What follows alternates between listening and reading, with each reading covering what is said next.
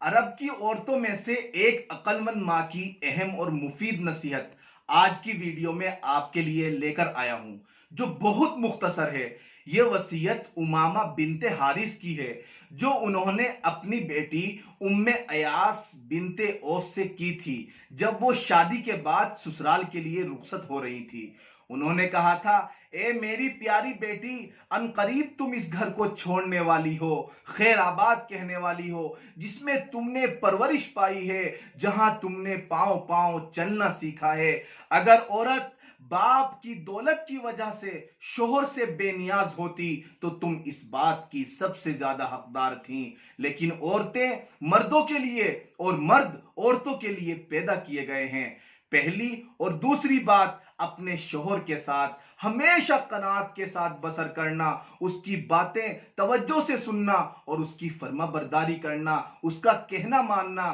تیسری اور چوتھی بات، اس کا خیال رکھنا کہ تم اچھی نظر آؤ اور تمہارے جسم سے اچھی خوشبو آئے، اس کی نگاہ تمہارے جسم کے کسی ایسی چیز پر نہ پڑے جو بری نظر آئے، اور اس کی ناک میں تمہارے جسم کی خوشبو ہی جائے۔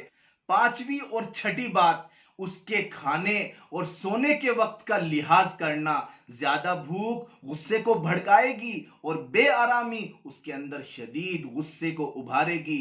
ساتویں اور آٹھویں بات، اس کے رشتہ داروں اور بچوں کا خیال کرنا، اس کی دولت کی حفاظت کرنا، اس کے مال کی حفاظت اس بات کی دلیل سمجھی جائے گی کہ تم اس کو چاہتی ہو، اور رشتہ داروں اور بچوں کا خیال اس بات کی طرف اشارہ ہے کہ تم میں تنظیمی صلاحیت بھرپور موجود ہے۔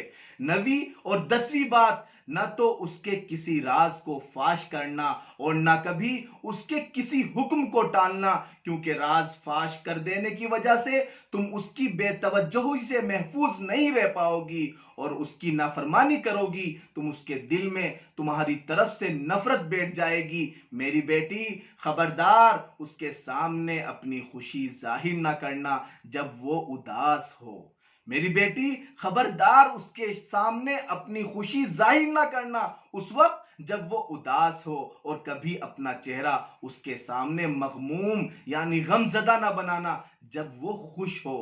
تمہاری خوش بختی کہیں اور نہیں بلکہ خود تمہارے ہاتھوں میں ہے۔